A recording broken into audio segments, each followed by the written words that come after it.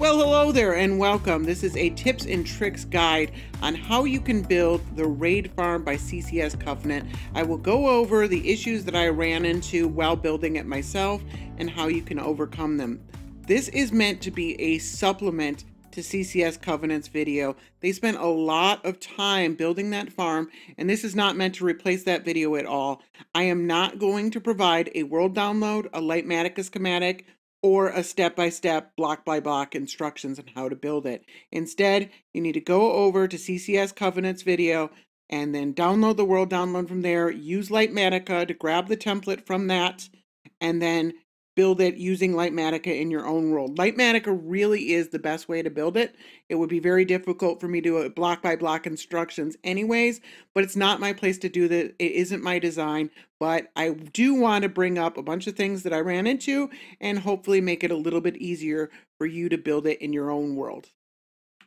A lot of these tips, by the way, do come from the comments in that video. Most of them actually from CCS Covenant themselves, a couple of them from other people, and then I've also added in a few things that I have observed myself.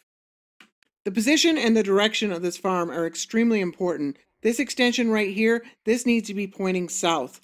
So if you're using Lightmatica, just don't rotate the schematic at all and you should be fine. But if you're not for some reason, just make sure that this way is facing south. And if we come down to the bottom, where we're going to dig this hole down here through the ocean, we want to come to the southeast corner. So this is south and this is east. And we want to turn our chunk borders on. And we will see we need to be 1 block away from the chunk border right here on both sides here. So 1 block away, extremely important that you get the position and the direction exactly correct. It's also extremely important that there be no spawnable blocks except for the farm itself in any direction for 4 chunks. So it's 1, 2, 3, 4 in any direction from that main chunk right there. So it's going to be a total of a 9 by 9 square because it's a square, 4 chunks in every direction plus the chunk itself, 9 by 9. Works best if you just build this out in the middle of the ocean with nothing around, and that makes sure that you don't have anything that's spawnable anywhere around. Underground caves are fine and you don't need to worry about those. Just put it in the ocean and that'll work the best, and make sure there's no land masses anywhere nearby. When you move the villagers to the raid farm, it will probably work best if you move them through the nether. I use the top of the nether, but there's no reason you can't move them through the bottom of the nether as well. It works best if you have a flat area so that you can move them in boats. But if you don't have a flat area, you can try using minecarts as well. They work, it just requires a little bit more setup. As long as there are no other portals in the nearby area on the overworld side, then the portals should sync regardless of the Y level. The Y level actually has a much smaller effect on portal calculations than the X and the Z coordinates do. So this portal down at the bottom of the world should still sync to my portal up at the top of the nether. If you do have any other portals in the nearby area, just go ahead and break those temporarily, and you can always relight them when you're done moving the villagers. None of these villagers are particularly hard to get into their spots, but the one at the bottom is the hardest by a small margin. It's not very difficult at all, but you'll probably want to confine him to a really small area, like so, and then block off the other side. You want to give him little opportunity but to go directly into that composter there. Then you're going to want to move the boat or the minecart to where the villager is directly inside of the portal so that when you break it, they have no time to go anywhere but directly through the portal. It may take a small bit of coaxing to get him into this composter, and you may want to break the portal so that he can't go back through, but you just need to kind of like walk him into there. He might be a little bit difficult, might take a little bit of time, but eventually he should go right into the composter. And then once he does, just put a slab over his head and you're good to go. You'll have to do a bit of the build before you set up the next 3 villagers, but here's the second one right here. You need this part built right down here. Make sure you remove or break the portal that you set up down below. And we just want to set up a portal right next to this platform right here.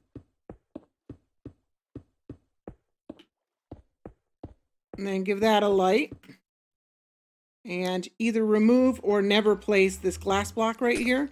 And then you should be able to just push the villager right into that hole and then replace the glass block and the redstone, and you should be good to go. And it's exactly the same for the next 2, no difference whatsoever. Just make sure you remove all the other portals or break them, and then there's going to be another one way up here. And you want the 4th villager will go into this slot right here. Oh, and make sure you do not trade with the villagers. You do not need to lock in their job as a farmer. I thought I needed to, and it actually ended up causing problems down the road. In fact, make sure that they've never been traded with. It's easiest if you just remove all the workstations and you make sure that they just don't have a job at all, and then you shouldn't have any issues.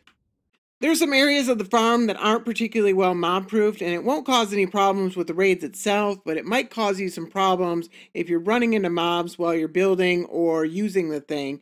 This area right here on the lip down by the ocean is one such example. This is not mob-proofed at all, and this can be solved just simply by putting a layer of slabs down on top of it. And then up here, we've got a few spawnable spaces up on these droppers and down on this barrel right here. Can be solved with one sea lantern or whatever you want here. And then this layer under the shulker loaders obviously is spawnable. It should only take a few lanterns set up equidistant apart. That should actually cover the entire area right there, just like that. And then the loaders themselves, this block right back here is spawnable all the way across. So I think glass is probably the best solution. By the way, I'm pretty sure there's no reason these need to be built on slime blocks. You could use just any old solid block, and that would be fine. I don't think there's any special reason why it's slime. Also, the ender chest over there could easily just be a double chest as well, and that would work just fine as well if you didn't have enough ender chests. When you're building this tower here, you're probably going to want to stop about the time that you reach this second door here. The next part is going to include some explosions, and if you build much higher, there's a good chance you're going to end up blowing up the stuff that you've built. So instead of doing that, just stop at this point and then scaffolding up until you are 2 blocks below. So 2 blocks below. See, we got 2 blocks between this floating snow here and some scaffolding here. And right on where this orange glass would be on the side of our scaffolding, we want to place an obsidian block. And then we're going to place some end stone on top of our scaffolding here, 5 across like this. So it ends up 1 block right below our floating snow. And then we can actually get rid of this. We're going to scaffolding up 1 block, and we're going to place sticky pistons pointing inward like this, right across all this end stone. And this should end up right. So if these pistons were to extend, the floating snow would end up on top of it. And then we want to place end stone on the back over here. And then place some redstone dust on that. And then we need a lever. Doesn't matter what side the lever goes on. And then we're going to come over here. We're going to place a few temporary blocks so that we can place a stairs right here. And then we can remove those temporary blocks. And then we're going to place an end crystal down on the obsidian there. And then you can see the end crystal hitbox is really big. So if you're standing here, you might not be able to hit it. You may need to scaffolding over so that you can get outside of that end crystal hitbox and light a fire right there on top of that stone, on top of the stairs. And then doesn't matter if you remove that or not. And then power your redstone, and you should end up with a bunch of headless pistons here. And then we're going to just cover these with obsidian, and that's going to protect them from the next explosion. And we're just going to scaffolding up on the other side to the same point. And then we're going to place obsidian here. And then end stone on top of it, or kitty corner from it. And then scaffolding up there, sticky pistons. We're just doing the same thing over again on the other side. End stone on the back of those. Redstone. Lever, doesn't matter which side. Then we can actually just put a temporary block on top of this other obsidian. Place our stairs there. End crystal. Light a fire. And then power the switch. And we've got 2 sets of headless pistons. And now we can remove all the obsidian and set up for the next step. Then what we're going to do is we're going to place some regular pistons down here. So they're right underneath where the sticky piston heads would be. Place redstone blocks right next to them, like that. And then slime blocks on top of those. And then snow blocks on top of the heads of these pistons here. And then we're going to want to place all the blocks that are going to go around the snow.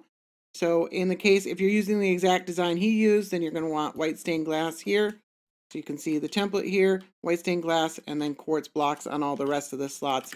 Because if you update the snow in any way, so we can't place any blocks next to it after we've done this, because if you update the floating snow, it will break the floating snow. And we'll go over that in more detail in just a second.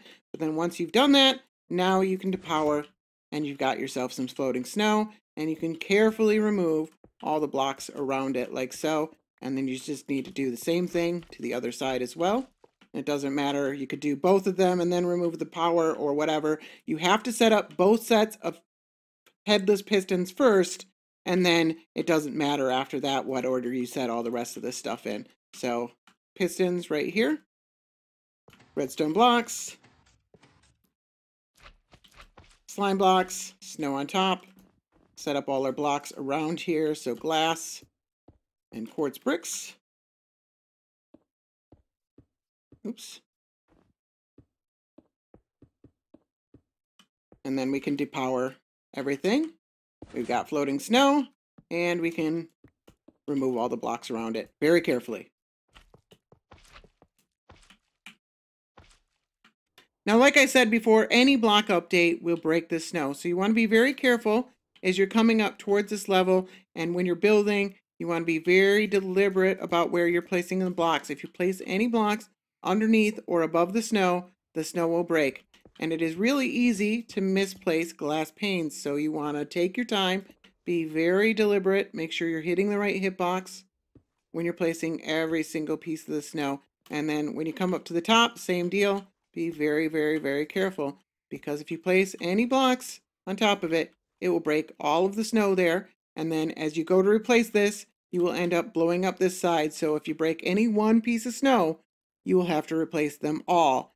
And I had to do that 3 times. And trust me when I say it is a lot easier to get it right the first time than it is to deal with it when you've got all these extra blocks in the way that you got to remove. And then you're going to end up blowing up some of this. It's just much easier if you're just really, really careful the first time around. And I also want to mention that if you place any blocks on the outside of these glass panes, that will update the glass pane and it will break the snow. And you don't want to do that. So try to be as careful as possible and get it done right the first time. And then as you get up to the top here, you might be feeling pretty safe, but you've got these dispensers here, and you need to put a bucket of water in each one. And you need to be very careful not to accidentally shift click with a bucket of water on one of these dispensers. I recommend just using an empty hand to click on the dispenser and not clicking on it with the actual water bucket and then placing the water bucket in, because if you shift click with the bucket, you will break the snow. These portals at the top of the raid farm are to handle the Ravagers. They get them out of the area as quickly as possible, and then on the nether side, we need to set up a large lava pit in order to kill them. Now in the world download, he put this lava pit right above the nether roof, but I actually recommend building it a little bit higher. So if we actually come in here, we'll see that the Y level of these portals is actually at 163. And if we want to set up any other portals in the area, which I have a portal in order to get to it, as well as a chunk loader over there that we'll go over in a minute, then it will be a lot easier to not have to deal with sync issues if you build the lava pit to where the portal is also at the same Y level in the nether. So if we come over to the nether side, I have set up that portal up at 163, a little bit above the nether roof, and you can see those portals down there, and I don't have any syncing issues. So that's what I recommend. It's up to you however you want to do it, but we also need to fill this whole thing with lava, and it would take a lot of buckets normally. I think the easiest way to do that, however, would be to fill one layer lower than the actual lava level with something that's fairly easy to remove, like dirt or stone or something like that. And then we can come in with some lava buckets, and we can start at the corners and let those fill in. Definitely recommend fire resistance potions for basically this entire process here. And then we just let that spread out to as far as it needs to, and then we'll need to set up something in the middle here, like that. Middle over here, middle over here, middle over here, and then we can just set one up here. And this requires the minimum amount of buckets possible in order to set all of this up. And then once all that spreads, we should need only one bucket here in the middle, and then The easiest way I found would be to actually just swig some fire resistance potions. You'll probably need a few and actually swim in the lava and remove it. You can actually kind of see as you're floating through and go through and just remove all of the dirt or stone or whatever you put there. It'll probably take a few fire resistance potions, and make sure that your fire resistance potions don't run out while you're doing that. And then when you're done, just put a roof over this thing.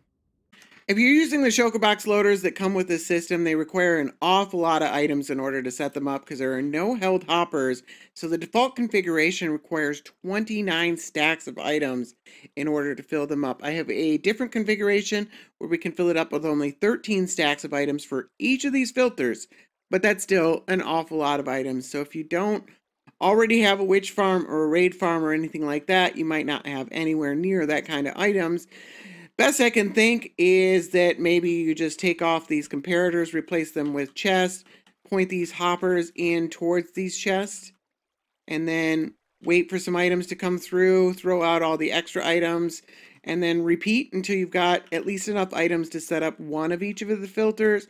And then once you have one of each of the filters set up, you can come through and you'll get a shulker box of those items fairly quickly, and then use that to set up the rest of the filters.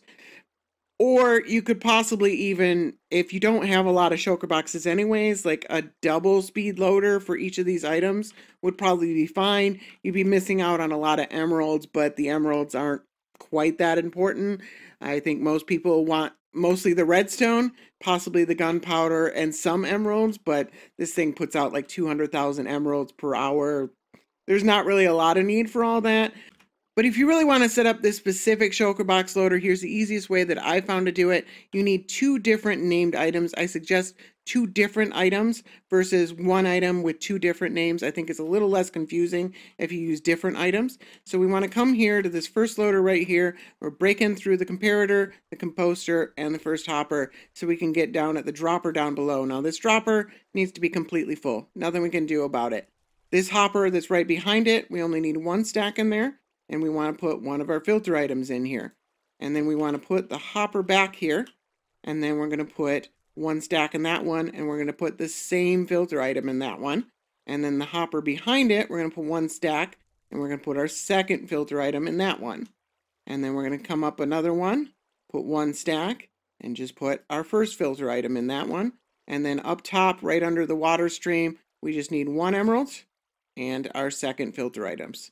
And this one's all set and ready to go. And then we can actually get at the one right next to it. We can get at this dropper. This dropper needs to be completely full.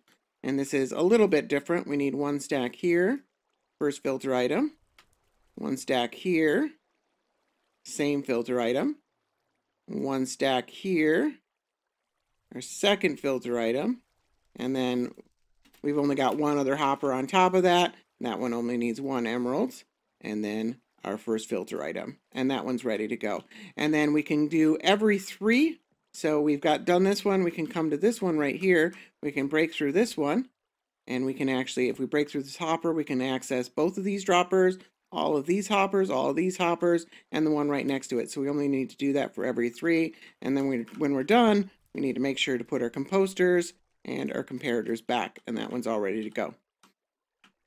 Once you've got all that set up, the next step is to set up these boats in the evoker stations here, and probably the easiest way to do that would be to remove 2 of these, place a temporary block on top of the other 2, and then place dispensers pointing straight down on each of those. So set up all 4 dispensers, and then remove the temporary blocks, and then put these blocks back into place. And then you want to put 5 boats in each of these, like so, and then 1 at a time, because if you put water in all 4 of these, you'll create an infinite water source, and you'll have to remove all those. So 1 at a time, place your water down, put a button on top, and then press the button 5 times until all the boats are out. And that's all the boats. And then very carefully, you want to avoid the hitbox of the boats, because if you jump into the boats, you might ruin their alignment. And you want to remove the water out from under that, and then you can remove the dispenser there as well. And then you just do the same thing for the other 3, and then you've got 4 stations that are like this. So just water down there, boat 5 times. and then remove the water while avoiding the hitbox, and remove the dispenser, and you're good to go. Now that we've got the boat set up, the next step is to get some evokers into their spot, and that is a daunting task, I will admit, and it's not particularly easy, but I think we can make it a little bit easier if we add some tricks to the thing. So we can actually use this raid tower to summon the evokers, so we don't have to move them from a faraway zone. We've already got a village here. We can summon a raid to this area, and then we can use those raiders to spawn an evoker and then capture one of those evokers and put them in one of the places. So what we want to do is we want to set up a platform. I like setting up one down here, so just break into this glass down here, and that means we don't have to deal with the Ravagers. So we'll go ahead and break 3 layers of glass there and set up a little platform coming out right here. You might want to add some lights to the platform so that no other mobs spawn on there. You might end up doing this during the nighttime, and then set up the same thing on the other side. And then once we got that set up, we want to actually set up the rails ahead of time. So we'll come over to here, make sure that these rails are down there so they've got a place to land. We'll set up a 2 high wall here and a 1 high there. So we will run the rail right here. It'll bump into that wall and fall down into that hole right there. So we just need to set up however you can. Just set up some rails that are going up like so. And then do the same thing going to all the other spots. So we can run this one more and then we're good to go. And something like this. And make sure you power them. All right, now I've got rails going to each of the 4 evoker stations, and what I'm actually going to do is I'm going to put myself in survival, and we can see how this works exactly. I've got a decent set of armor. I've got a sword. Any old sword will do. We're not really going to try. We're going to try avoid fighting. A totem couldn't hurt. Food is definitely necessary. Need a potion of invisibility, and we need some name tags that are ready to go. Need at least 4 of them. I recommend that you bring extra in case anything happens. And I've got an elytra and a decent number of rockets. So I'm going to give myself Bad Omen. Obviously, what you would do is you would go to a pillager tower and you would kill one of the captains and you get Bad Omen that way, and then you'd come back here. And then we're going to wait for the raid bar to fill up, and then we're going to go in there and we're going to hit that minecart 2 times. And that will cycle the villages and cause a whole lot of mobs to spawn out of it. So go ahead and do that. And now we should start to see a whole bunch of mobs coming out of here. Just a whole bunch. And we don't really, like I said, we don't really want to fight them. We want to kind of distract them.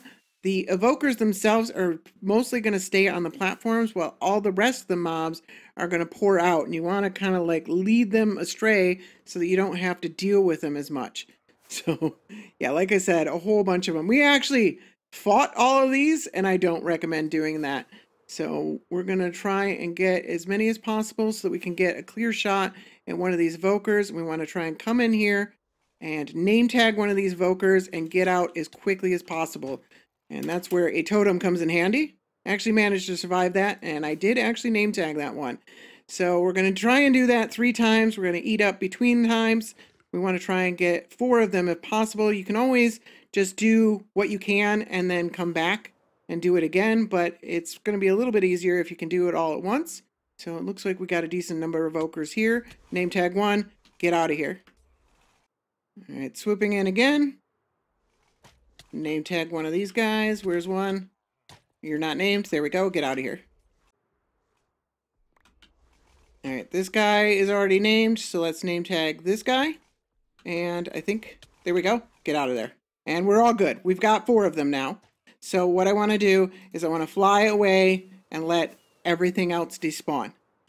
I forgot to mention we're going to need minecarts and rails, so this would be a good opportunity to go back your base and grab some if you needed some. Also a good opportunity to make sure you have enough food, rockets, and totems. So as we swoop in here, we can see there are only the evokers left, and so we want to try and get them into the rails. This guy's actually already on the rail, so all we got to do is put a minecart there, and he should be good to go. See if we can get this one too while we're here. Can at least set up some of the rails, and then let's get out of here. Oh, there goes one of them. That's the advantage of the totems there. So definitely nice to have, definitely help a lot. See if we can come back in and get that guy. All right, let's swoop in. We actually want to send him to this one. See if we can get this going here. There we go. And then get him in a minecart. That's basically the principle we're doing there. And that will send him up there. Let's make sure we get out of here before we take lethal damage. And I might not have actually gotten in there. Let's go by and check. Yep, he's in. And then it's basically just the same thing on the other side. We got a little bit of a problem here because we don't want both of these to end up in here. Should be able to get that one in there fairly easy. And then where'd that other guy go? Did he fall down? Looks like we actually got 2 of them that fell down, which I guess means we name tagged 5 of them. So it might take a little bit more work. We might have to actually set up a rail to get this one up into that area right there. Still helps a great deal to have these minecarts actually set up. So, I mean, I'm not going to do that on camera because it would take too long, but the principle is basically just the same. You just set up a rail, try to stay as safe as possible, fly out of the area if you start taking too much damage, and then try to get one of these 2 into up there. And then once you got the 4 of them safe, if we get a 5th one, you can go ahead and kill that one. I recommend setting up the iron golems after you've got the evokers in place. It is very likely the iron golems will get killed during the process of getting the evokers into the spot. But once they're in the spot, the evokers actually can't hit the iron golem. We will need to remove these 2 walls right here in order to set up an iron golem. And then there we go. And then just replace the walls real quick. And you'll see they'll try and hit them, but they can't actually hit them from here. One last thing I recommend before you actually start using the farm is that you set up some sort of a chunk loader.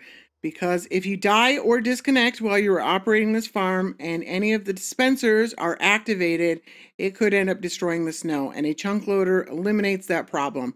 There are some downsides to the chunk loader, which I'll go over in a little bit. But I definitely think the upside outweighs the downside.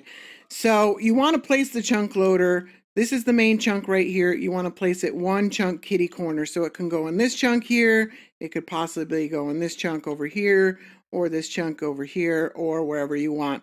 I'm using Ilmango's chunk loader. It uses a minecart that goes back and forth between them.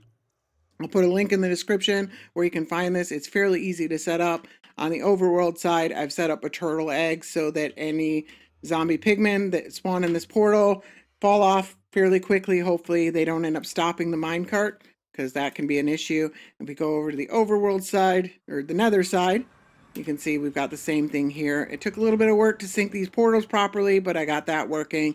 And so it's a fairly easy design.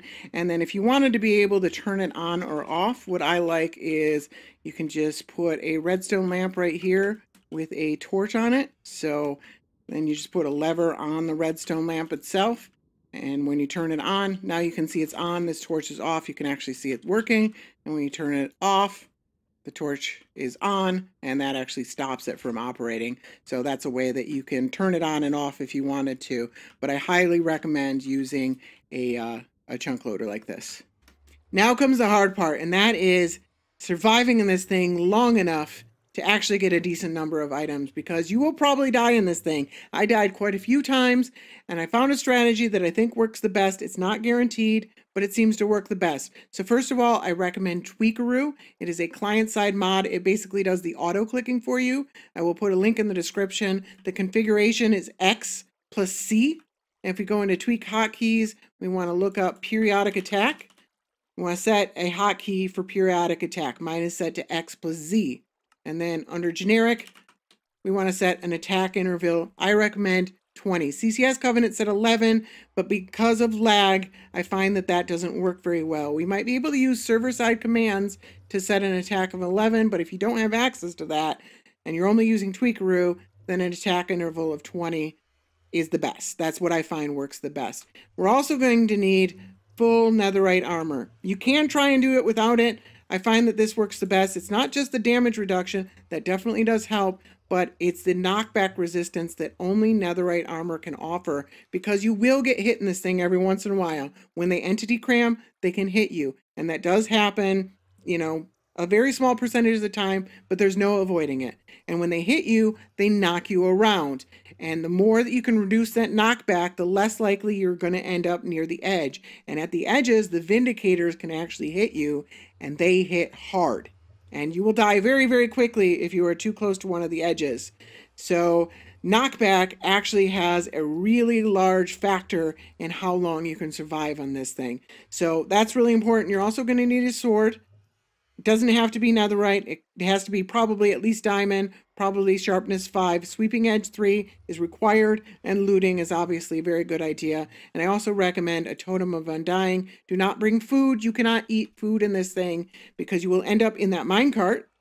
And if you try and use the use button, you'll end up in the minecart. And if you try to get out of the minecart, there's a good chance you're going to end up in the lava. So that's bad. There's no eating food. You have to rely on the regeneration beacon in order to heal you. I recommend you set up a chest right here, put your extra items that you don't need into that, just so that they're there if you need them later. Once I'm all set, I'm going to put myself in survival mode. I'm going to give myself Bad Omen, which normally you would go to a raid tower in order to get. And I'm going to come in here and cycle this minecart a few times just to make sure that I don't lose the raid. And then I'm going to try and make sure that I am pointed in the center of the block as much as possible. And then I'm going to go into my control settings and I'm going to change my walk forward button to my middle mouse button and my pick block button to W. So I'm going to swap those two. I'm going to go into my sensitivity, turn it all the way down, and under accessibility settings, I'm going to set my sneak to toggle. So I'll press shift to sneak once, and then I'm going to use W to move forward. I'm going to get into the center of the block here. I'm going to go into my F3 screen. I'm going to try and get, so I'm pointing at exactly negative 90 degrees. And then I'm going to hit X plus Z, which is my periodic attack. And then we see some mobs falling down. I'm going to hold down my middle mouse button. I'm going to hit F3 plus T to reload my resource pack. And now I've released my middle mouse button. So that'll make it so that I'm stuck where I'm always pressing my middle mouse button. So it's going to push me forward constantly. I'm in the very middle of the block. I'm pointed dead forward at 90 degrees. And now I want to make sure that I take my mouse off my hand off the mouse so that I'm not shifting. So I should still be at negative 90 degrees exactly. And then, like I said, this is not 100% guaranteed. You may still die. So I do not recommend you actually AFK. I recommend you turn your volume up a little bit and stay near your computer. Use your computer for something else, whatever, so that you can hear if anything happens. If you start hearing that you're not hearing the sounds, you might have died. If you hear a totem going off, that's definitely a helpful sign. Then you want to try and get out of there as quickly as possible, etc. Because it's not guaranteed. And with netherite armor, it would be very bad if you were to lose it. There are hoppers underneath you, but items spray all over the place. They might not collect them all, and you might end up losing your items. And that's kind of the downside of the chunk loader is, yes, you don't have to reset the snow, but you have exactly 5 minutes to go and get your items. It doesn't matter. The area is still loaded, so that's pretty dangerous. So you want to make sure that you get your items, that you're not too far away from the computer, that you lose your netherite armor. You could try this without netherite armor, but I found you don't live as long. So upside, downside there, it's up to you how you want to do it. I find this that works the best. If you have carpet mod and access to either server-side commands or you're in single player, you may be able to use carpet mod instead of tweakaroo to issue the attack command from the server instead of from the client, and then you can actually do an attack rate of 11, and it should actually cause less lag overall. So what we can do is we can come in here. We still want to align the same basic way that we did before, but instead of now hitting X and Z, we would actually do player, my player name, attack, interval 11, like that. And then that would actually do the 11 interval ticks. You can see we're actually not seeing it on the client side, but you might have more likely with this if you have access to this. But again, this requires server-side commands or you need to be in single player. If you do die, and you will almost certainly die at some point, set your settings back to normal and get to the area as quickly as possible. You can see not all the items actually fell in the hoppers here. So grab everything that fell on the ground here and grab my pickaxe out of the chest that we put in here. We can get into the hoppers by opening this trapdoor here. So grab all the items out of there and the one above it. And you can toss any extra items. And then we're actually going to have to remove all these mine carts. It's kind of going to auto cycle. You can remove the dispenser there. We're going to have to do it anyways. And then remove the wither skeleton skull. Remove all this. and you're going to have to remove this dropper right here. And now we can get into all the items down here because we need to clear this all out. So let's throw out all the totems to clear our inventory a little bit. And then go grab all the items, grab all these items. Wow. There's a lot of extra items here. We can put our armor back on. That'll save us some space. Get rid of the extra items. There we go. And then grab all our items out of the system here. So we get this all cleared out. And then we should be good. Make sure all of these hoppers, yep, there's a bunch of minecarts in there. You can put minecarts into this dropper here and that'll be fine. The minecarts are actually fine. And then we want to put our dropper back first. And then our dispenser. And then the glass block that was above it, which I used a regular pickaxe, so I'll switch to creative mode here. Glass block, and then the wither skeleton skull. And then put all the minecarts back in the dispenser and put one out in front, and you should be good to go there. But one last thing you want to check is that sometimes,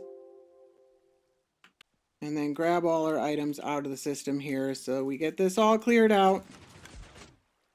And then we should be good. Make sure all of these hoppers, yep, there's a bunch of minecarts in there. You can put minecarts into this dropper here and that'll be fine. The minecarts are actually fine. And then we want to put our dropper back first. And then our dispenser. And then the glass block that was above it, which I used a regular pickaxe, so I'll switch to creative mode here. Glass block. And then the wither skeleton skull. And then put all the minecarts back in the dispenser and put one out in front, and you should be good to go there. And then one last thing you want to check is sometimes when you're in the middle of activating it, this thing will actually break on you, so you want to hit this minecart and it should extend like that. And then you should hit it again and it should go back. And that's what you want to see happen. I've had that break on me a few times, and then you come back and try to use it and it doesn't work properly. If you do end up breaking it, then you need to kind of like break down into here and then get rid of all these blocks here. And then replace them. So you'll need the piston, the redstone block, and the slime block right there. Place the piston there, slime block first, redstone on the top and the bottom of it. And then place your glass block right there, and then fly back over, place your glass blocks back in the floor here, and then I have to be in survival mode in order for this to work. We can check it again, make sure that it's doing what it's supposed to, and if you fixed it properly, then it should. And there we are. So that's an important thing to check. So I wish you good luck. I found this to be quite a challenging farm, but a very rewarding one. Hopefully I have saved you some of the troubles that I had when I built the farm. It still will probably be a pretty challenging farm to build, but again, the rewards are definitely speak for themselves. A lot of items that come out of this system. It's a fantastic raid farm. It's just quite difficult to build. So I want to thank you very much for watching. I hope you enjoyed this, and I hope to see you again real soon. Bye now.